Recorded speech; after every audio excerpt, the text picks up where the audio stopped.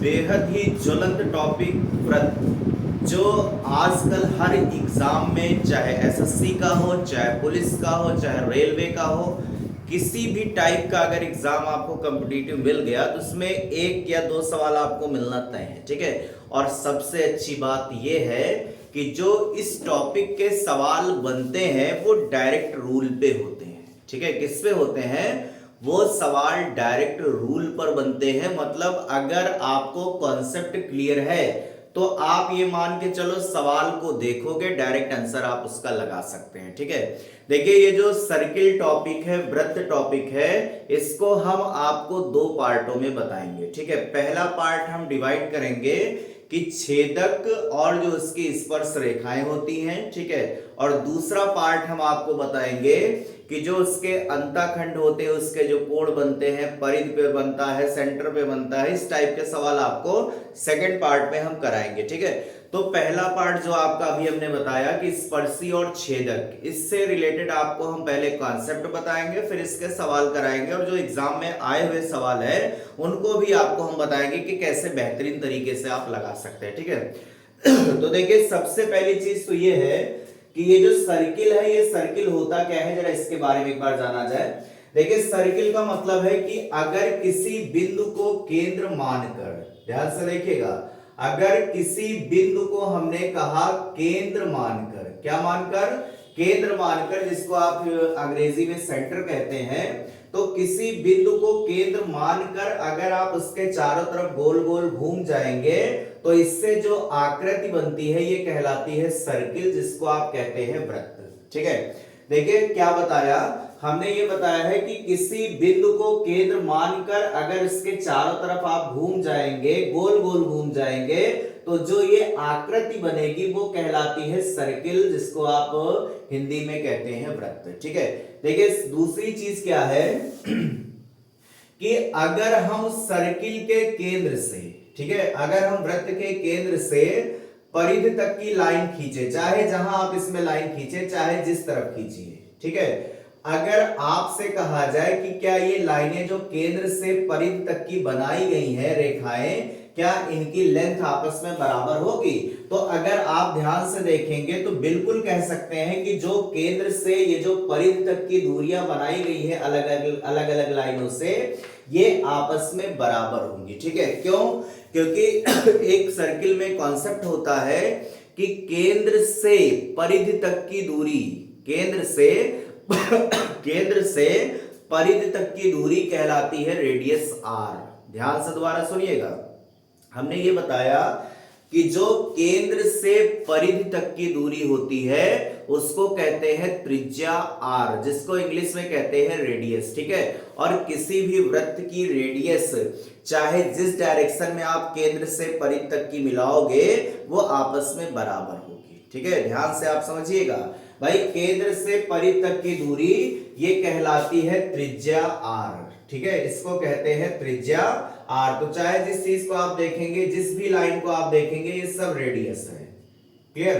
तो देखिए, यहां से एक चीज आपको हमने ये बताई है कि जो केंद्र से परिधि तक की दूरी होती है वो कहलाती है रेडियस आर, जिसको आप कहते हैं त्रिज्या। ठीक है। अब दूसरी चीज देखिए, बताएंगे आपको। देखिए, जो चीज अगर आपको ना समझ में आए तो वीडियो पॉज करके आप उसको जूम करके या रोक के दोबारा आप उसको चला के देख सकते हैं। ठीक है। देखिए, दूसरी चीज हम ये बता रहे हैं कि जैसे एक सर्किल आपको दी गई है, ठीक, अब एक शब्द लिखा मिलता है जीवा, ठीक, और एक शब्द आपको लिखा मिलेगा व्यास। ठीक है। अब देखिए, सबसे पहले हम बात करते हैं जीवा की, फिर उसके बाद आपको बात करेंगे व्यास पर। ठीक है। देखिए, जैसे एक सर्किल है, एक इसका केंद्र होगा, ये पक्का है। ठीक। अब देखिए, जैसे सर्किल पर एक पॉइंट ए दिया है, दूसरा पॉइंट यहां पर बी दिया है। ठीक। अब इस ए और बी पॉइंट को अगर आपस में आपने मिला दिया है तो ये जो ए और बी के बीच की लेंथ है, इसको कहेंगे कि ये सर्किल की जीवा है। ध्यान से दोबारा सुनिएगा जो हमने बताया। देखिए, यहां पर सर्किल पर एक पॉइंट ए दिया है, दूसरा बी दिया है, दोनों को आपस में आपने मिला दिया, तो यहां पर ए से बी के बीच की जो दूरी है ये कहलाएगी सर्किल की जीवा, मतलब वृत्त की जीवा। ठीक। अब आप ध्यान से देखिए कि जैसे अगर मान लो यहां पर एक पॉइंट सी दिया है, एक पॉइंट यहां पर डी दिया है, ठीक है। हमने सी से डी को मिलाया, ध्यान से सुनिएगा, हमने सी से डी को मिलाया, लेकिन इसमें कंडीशन क्या बनी कि जो ये सी डी लाइन रही ये इस वृत्त के केंद्र से होके जा रही है। ध्यान से दोबारा सुनिएगा जो हम कह रहे हैं। देखिए हमने क्या किया कि हमने सी से डी को मिलाया, सी से डी को मिलाया, लेकिन इसमें कंडीशन क्या बनी कि जो ये सी डी लाइन है ये वृत्त के केंद्र से होके जा रही है, ठीक है। तो यहां से एक चीज आप ये समझिएगा कि अगर हम आपसे पूछे कि क्या सीडी जीवा है, क्या सीडी जीवा है, तो बिल्कुल आप कहेंगे कि भैया ये जो सीडी है ये जीवा है। क्यों? क्योंकि वृत्त के परिधि से एक बिंदु से दूसरे बिंदु तक मिलाई जाने वाली रेखा ही तो सीडी है, ठीक। तो कंफर्म में जीवा है। लेकिन इस जीवा की एक कंडीशन है। क्या कंडीशन है? कि ये जो जीवा है ये वृत्त के केंद्र से होके जा रही है। कहां से होके जा रही है? वृत्त के केंद्र से होकर जा रही है। क्या? ये जो जीवा सीडी है, ठीक है। तो यहीं से एक चीज आप ये समझिएगा कि अगर किसी वृत्त की जीवा वृत्त के केंद्र से होकर जाए, अगर किसी वृत्त की जीवा वृत्त के केंद्र से होकर जाए तो वही जीवा व्यास हो जाती है। क्या हो जाती है? वही जीवा वृत्त की व्यास कहलाती है, ठीक है। अब देखिए व्यास और रेडियस में रिलेशन क्या होता है। अभी हमने शुरुआती दौर में आपसे बताया कि ये जो केंद्र से परिध तक की दूरी होती है ये कहलाती है रेडियस आर, ठीक है। अब केंद्र से परिध तक की दूरी ये भी है तो ये भी कहलाएगी रेडियस आर। तो यहां पर अगर ये CD जो है, अगर ये व्यास है, देखिए यहां पर हम लिख दे रहे हैं कि ये जो CD जो है ये व्यास है, तो व्यास में R कितनी बार आया है भाई? R 2 बार आया है ना। तो आप यहां से ये चीज समझ सकते हैं कि ये जो रेडियस है अगर इसका दोगुना कर दिया जाए तो ये CD के बराबर आ जाएगा, ठीक है। तो यहां से एक चीज ये कंफर्म हो गई कि जो वृत्त का व्यास होता है, क्या होता है भाई? जो वृत्त का व्यास होता है वो त्रिज्या का दोगुना होता है, ठीक है। देखिए ये कॉन्सेप्ट आपको ध्यान रखना है। क्या रखना है? कि जो वृत्त का व्यास होता है वो त्रिज्या का दोगुना होता है। ये चीज आपको ध्यान रखनी है, ठीक है। और दूसरी क्या चीज है? दूसरी हमने बताया जीवा। यहां पर देखिए इसको हम यहां पर ऐसे मेंशन कर दे रहे हैं, ठीक है। देखिए जीवा क्या होती है? बस जीवा का मतलब होता है कि वृत्त की परिधि से एक बिंदु से दूसरे बिंदु के बीच की जो दूरी कहलाती है वो वृत्त की जीवा कहलाती है, ठीक है। और वही जीवा जब केंद्र से होके जाती है तो वो हो जाती है वृत्त का व्यास, ठीक है। ये चीज आपको ध्यान से समझनी है और याद रखिएगा कि व्यास और त्रिज्या में क्या रिलेशन होता है? तो जो व्यास होता है वो त्रिज्या का दोगुना होता है, ठीक है। अब इस पार्ट को हम यहां से फिनिश कर रहे हैं। अगर किसी को समझ में ना आए तो दोबारा इसको आप रोक के वीडियो दोबारा देख लीजिएगा कि इसमें क्या बताया गया, ठीक है। अब देखिए जो ये शब्द यहां पर लिखा है कि स्पर्शी, ठीक है। अब देखिए हम वृत्त की स्पर्शी के बारे में आपसे कुछ चर्चा करेंगे यहाँ पे, और इसको ध्यान से आप समझिएगा क्योंकि आगामी सवाल जो आपको मिलेंगे एग्जाम में आप ये श्योर मान के चलिए कि इन्हीं सब कॉन्सेप्ट पे ही बनते हैं। बस बच्चों पता क्या नहीं होता आपको? पता ये नहीं होता है कि भैया इसमें लगना कौन सा कॉन्सेप्ट है। जब पता है नहीं तो लगाओगे क्या भाई? ये भी तो है। तो इसीलिए ये सब चीजें अभी एग्जाम में टाइम है तो दिमाग में बैठा के रखिएगा, क्योंकि ये सब टॉपिक ऐसे है ना कि अगर आपको समझ में आ गया तो गारंटी के साथ मैं कह रहा हूं कि कभी इस टॉपिक का सवाल आपका गलत नहीं होगा, ठीक है। तो जरा इस थ्योरी को आगे भी समझी जाए, जरा ध्यान दीजिएगा। देखिए पहली चीज तो मैं आपसे ये पूछना चाहूंगा कि बताइए अगर कोई सर्किल है, अगर कोई वृत्त है, उस वृत्त पर कितनी स्पर्श रेखाएं खींच सकते हो? देखिए हम ये पूछ रहे हैं कि एक वृत्त है, उस वृत्त पर कितनी स्पर्श रेखाएं खींची जा सकती हैं, ठीक है। ये आपको कमेंट में बताना है। क्या बताना है? कि कोई वृत्त है, उस वृत्त पर कितनी स्पर्श रेखाएं खींच सकते हैं। ठीक है, ये आपके लिए है। अब हम जो चीज बताएंगे उसको आप समझिएगा, बाकी इस सवाल का आंसर आपको कमेंट बॉक्स में बताना है। ठीक है, देखिए ध्यान दीजिएगा।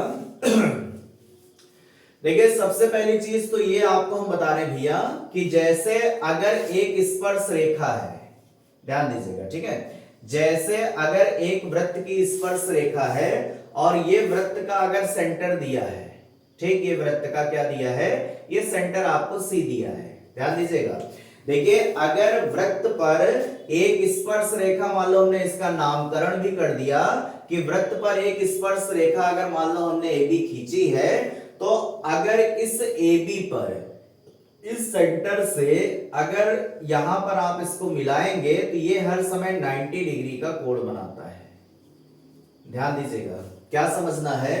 देखिए समझना यह है कि अगर वृत्त पर कोई स्पर्श रेखा दी है, वृत्त पर अगर कोई स्पर्श रेखा दी है और उस स्पर्श रेखा पर अगर हम केंद्र से एक लाइन ड्रॉ करें, एक अगर लाइन ड्रॉ करें, तो इस लाइन की कंडीशन ये होती है कि यहां पर ये जो लाइन और स्पर्श रेखा के मध्य बना कोण होता है वो 90 डिग्री का होता है। ये चीज आपको ध्यान रखना, ठीक। दूसरे शब्दों में आप ये समझ सकते हैं कि स्पर्श रेखा और त्रिज्या के मध्य बना कोण 90 डिग्री का होता है। आपको ये समझना है, क्या समझना है कि अगर केंद्र से स्पर्श रेखा पर एक लाइन खींची जाए, सीधी लाइन खींची जाए, तो ये इस पर 90 डिग्री का कोण बनाएंगे। ये चीज आपको ध्यान देनी है, ठीक है। अब दूसरी चीज क्या समझना है?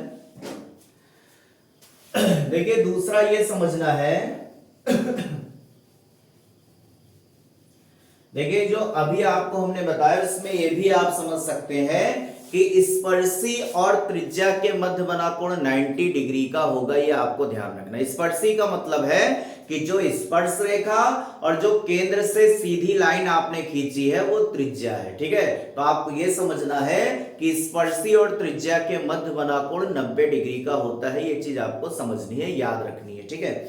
दूसरी चीज क्या है कि जैसे अगर मान लो हमने अगर मान लीजिए हमने एक सर्किल खींचा, ठीक है। अब यहां पर कोई बिंदु, मान लो यहां पर एक बिंदु P दिया है, ठीक। एक सर्किल दिया है, सर्किल के बाहर एक बिंदु P दिया है। P कहीं भी हो सकता है, बाहर कहीं भी हो सकता है, ठीक है। इस कॉन्सेप्ट पे भैया सवाल 101% एग्जाम में आपको कहीं ना कहीं लिखा मिल जाएगा, ठीक है। तो ध्यान से कॉन्सेप्ट को आप समझिएगा क्या हम बताना चाह रहे हैं। देखिए ये जो एक बाह्य बिंदु P दिया है, इस बिंदु P से अगर हम वृत्त पर स्पर्शी खींचे, भाई एक इधर खींच दिया, एक इस तरफ खींच दिया, ध्यान दीजिएगा। देखिए हमने ये बताया कि एक बाह्य बिंदु P दिया है, इस P से इस वृत्त पर आप स्पर्श रेखाएं खींच रहे हैं। कितनी स्पर्श रेखाएं खींची आपने? भाई 2 स्पर्श रेखाएं खींच दी, ठीक है। अब देखिए जैसे अगर ये पॉइंट P, ठीक, इस मतलब वृत्त को अगर ये यहां पर मान लो A पॉइंट पर स्पर्श कर रहा है और इस जगह अगर B पॉइंट पर स्पर्श कर रहा है, ठीक है। तो यहां पर कंडीशन होती है, ये कंडीशन आपको ध्यान रखनी है। क्या होती है? PA बराबर PB। क्या समझना है आपको? ये समझना है PA बराबर PB, मतलब किसी बाह्य बिंदु से, ध्यान से सुनिएगा क्या हम बता रहे हैं, किसी बाह्य बिंदु से, बाह्य का मतलब कोई बाहर बिंदु दिया है, उस बिंदु से अगर उस बिंदु से किसी वृत्त पर स्पर्श रेखाएं डाली जाएं तो वो स्पर्श रेखाओं की लंबाइयां आपस में बराबर होती हैं, ठीक है। ध्यान दीजिएगा, किसी बाह्य बिंदु से वृत्त पर खींची गई स्पर्श रेखाओं की लंबाइयां आपस में बराबर होती हैं। क्या समझना है?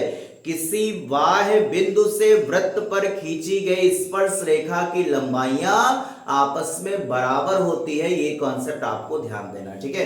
अभी इससे पहले वाला कॉन्सेप्ट जो हमने बताया था, अब यही मान लो यहां पे ये सेंटर C दिया है, अगर आपने C से A को मिला दिया, अगर आपने क्या किया, अगर आपने C से A को मिला दिया तो किसी ने पूछ लिया कि बताइए इस त्रिज्या और स्पर्शी के मध्य क्या डिग्री का कोण बनेगा, तो पिछला जो अभी इससे पहले बताया है आपने ध्यान दिया ना, क्या ध्यान दिया था कि जो स्पर्शी होता है और त्रिज्या होती है उसके मध्य हर समय 90 डिग्री का कोण बनता है। ठीक है, वही चीज देखिए यहाँ पे आ गई। अब यही कॉन्सेप्ट आप इधर भी देख सकते हैं भाई, इसको हमने यहां से मिला दिया। तो अब अगर आपसे कहा जाए भैया त्रिज्या और स्पर्शी के मध्य क्या डिग्री का, तो 90 डिग्री का। क्लियर है? तो यहां पर देखिए दो चीजें क्लियर हो गई। इससे पहले वाली कौन सी, कि स्पर्श रेखा और त्रिज्या के मध्य बना कोण 90 डिग्री का होता है, और दूसरी चीज किसी बाह्य बिंदु से वृत्त पर खींची गई स्पर्श रेखाओं की लंबाइयां आपस में बराबर होती हैं। क्या होती हैं? आपस में बराबर होती हैं। और अगर आपसे एक सवाल हम पूछ लें कि बताइए कोई एक बाह्य बिंदु दिया है, उस बाह्य बिंदु से किसी वृत्त पर कितनी स्पर्श रेखा खींच सकते हैं, इसका आंसर आपको कमेंट बॉक्स में देना है। और इसी से यह भी पता चल जाएगा कि आपने कितने ध्यान से इस टॉपिक को समझा है। ठीक है, अब इसी के आगे थोड़ी सी चीजें और डिस्कस करेंगे। ये चीज आप ध्यान दीजिएगा, अगर ना समझ में आया हो तो दोबारा वीडियो प्ले करके देख लीजिएगा। अब देखिए इसके बाद हम आपको कुछ चीजें और बताएंगे, उसको भी प्यारे बच्चों ध्यान से देखिएगा। देखिए जज्बा कायम रहना चाहिए, जज्बा कायम रहेगा ना तभी जिंदगी रंगीन बनेगी। जब जज्बा ही नहीं है तो जिंदगी रंगीन कैसे बना पाओगे? इसीलिए जज्बे को कायम रखो और हर टॉपिक पे इतनी गहरी निगाह रखो, इतनी तीव्र निगाह रखो ना कि एक एक शब्द आपकी निगाहों में बस जाए। जब निगाहों में बस जाएगा ना तो दिमाग ऑटोमेटिक काम करेगा। चलिए देखिए आगे कॉन्सेप्ट को ध्यान से समझिएगा। देखिए जैसे एक सर्किल आपको दिया है, ठीक है, एक सर्किल आपको दिया है। अब एक बाह्य बिंदु मान लो वही P आपको दोबारा दे दिया। ठीक, अब यहां पर थोड़ी सी चीजें हम चेंज करेंगे। कैसे? सबसे पहले तो हम इस वृत्त पर एक बाह्य बिंदु P से स्पर्श रेखा खींचेंगे। ठीक, जिसका नामकरण हम कुछ कर दें, मान लो यहां पर A हमने नाम रख दिया। ठीक, अब दूसरा जो है हम ये करेंगे भैया कि यहां पर अब की स्पर्श ना खींच के इस P बिंदु से एक हम छेदक रेखा खींचेंगे। सुनिएगा ध्यान से। एक शब्द अभी यहां पे आया है छेदक रेखा। क्या आया है? छेदक रेखा। जैसे नाम से ही क्लियर है ना कि वो जो रेखा होगी वो इतने छेद करेगी, इतने छेद करेगी। नहीं, ऐसा नहीं है। देखिए छेदक रेखा का मतलब है कि छेद तो करेगी, लेकिन वृत्त है तो वृत्त पे दो ही जगह तो छेद करेगी भाई। एक जगह जहां पे घुसेगी और एक जगह जहां पे बाहर निकलेगी। तो वही देखिए इस पॉइंट P से हमने इस पर एक छेदक रेखा बना दी और इसका भी नामकरण कर दें। जैसे मान लो ये पॉइंट C हो गया, ये पॉइंट D हो गया। ठीक है भैया, इसको गौर से सुनिएगा। इस टाइप के सवाल एग्जाम में अक्सर लिखे मिलते हैं, जो इस रिलेशन पे सवाल बनते हैं। ठीक है, इसमें आपको क्या समझना है कि एक बाह्य बिंदु से अगर हमने एक स्पर्श रेखा खींच दी और उसी बिंदु से अगर किसी वृत्त पर हमने छेदक रेखा खींच दी है, तो क्या रिलेशन होता है, क्या रिलेशन बनता है स्पर्शी और छेदक रेखा के बीच में। ठीक है, बहुत ही अच्छा कॉन्सेप्ट है और इंपॉर्टेंट है। आप लोग क्या सोच के बता सकते हैं कि क्या कंडीशन बन सकती है? ध्यान से सोचिएगा और 2 सेकंड का टाइम हम आपको दे रहे हैं, कमेंट में जरूर बताइएगा, फिर आगे कंटिन्यू करते हैं।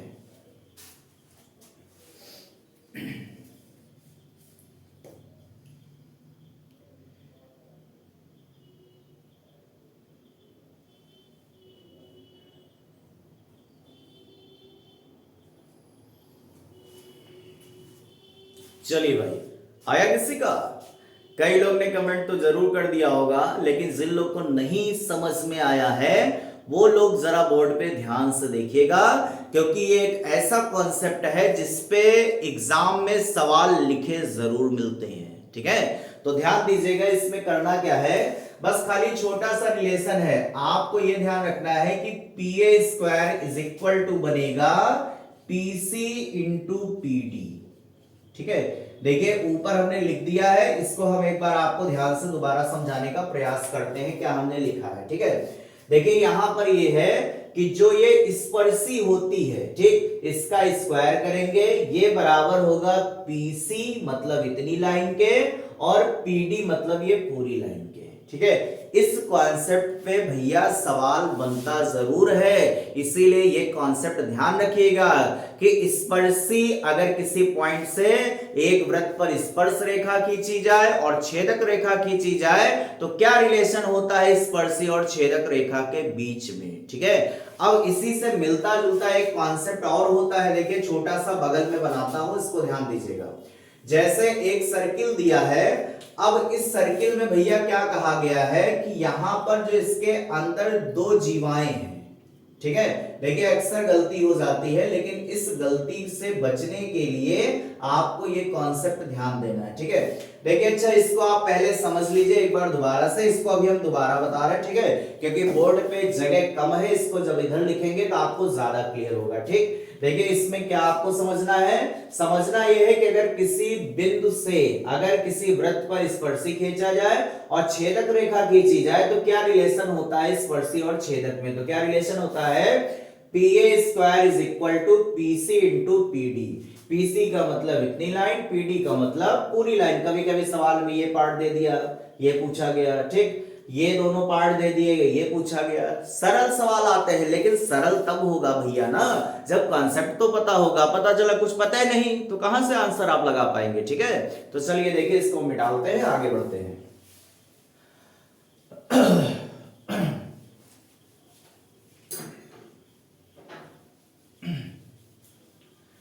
चलिए इसके आगे देखिएगा, और दो कॉन्सेप्ट आपको अभी और बताएंगे और बेहद सरल है, बस खाली थोड़ा सा आपको दिमाग का प्रयोग करना है। ठीक है, देखिए मिलते जुलते हैं दोनों कॉन्सेप्ट, जिसमें गलतियां अक्सर हो जाती हैं। ठीक, इसीलिए दोनों को एक साथ हम लिख रहे हैं।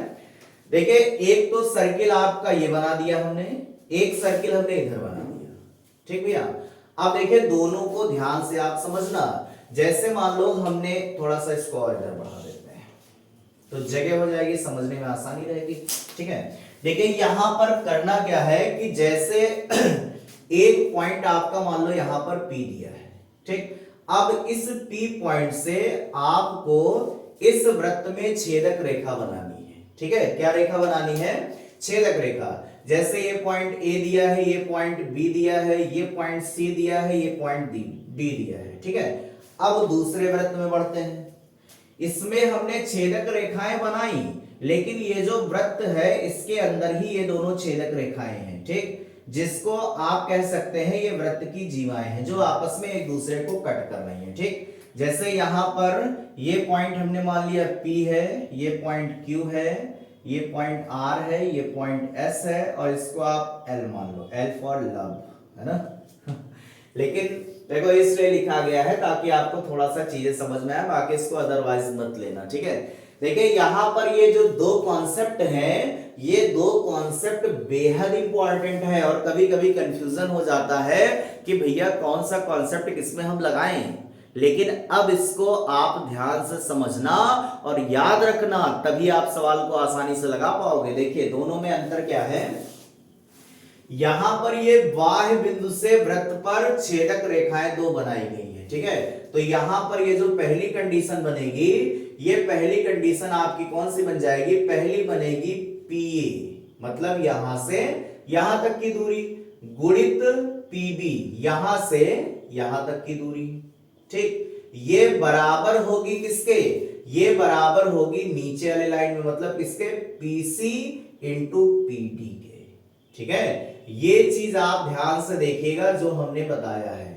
देखिए पहली जो आपको सर्किल दिया है, इस पहले सर्किल में एक बाह्य बिंदु P दिया है जिस पर दो छेदक रेखाएं बनाई गई हैं, जिसमें एक छेदक रेखा PA B तक गई है और दूसरी छेदक रेखा C से D तक गई है। ठीक है, तो रिलेशन इसमें होता है कि PA इंटू PB, मतलब इतनी लेंथ गुणित पूरी लेंथ, फिर इतनी लेंथ गुणित पूरी लेंथ, ये दोनों आपस में बराबर होती है। ठीक, ये कंडीशन। अब भैया दूसरे में क्या याद रखना है, देखिए दूसरा दिखता सेम है लेकिन दोनों में अंतर है जमीन आसमान का। कैसे लिखेंगे, इसमें लिखेंगे PL, क्या लिखेंगे, PL, मतलब यहां से यहां तक की लेंथ। ठीक, गुणित LQ, ठीक, पूरी लेंथ नहीं, यहां पर आधी आधी लेंथ, PL गुणित LQ, ठीक, बराबर SL।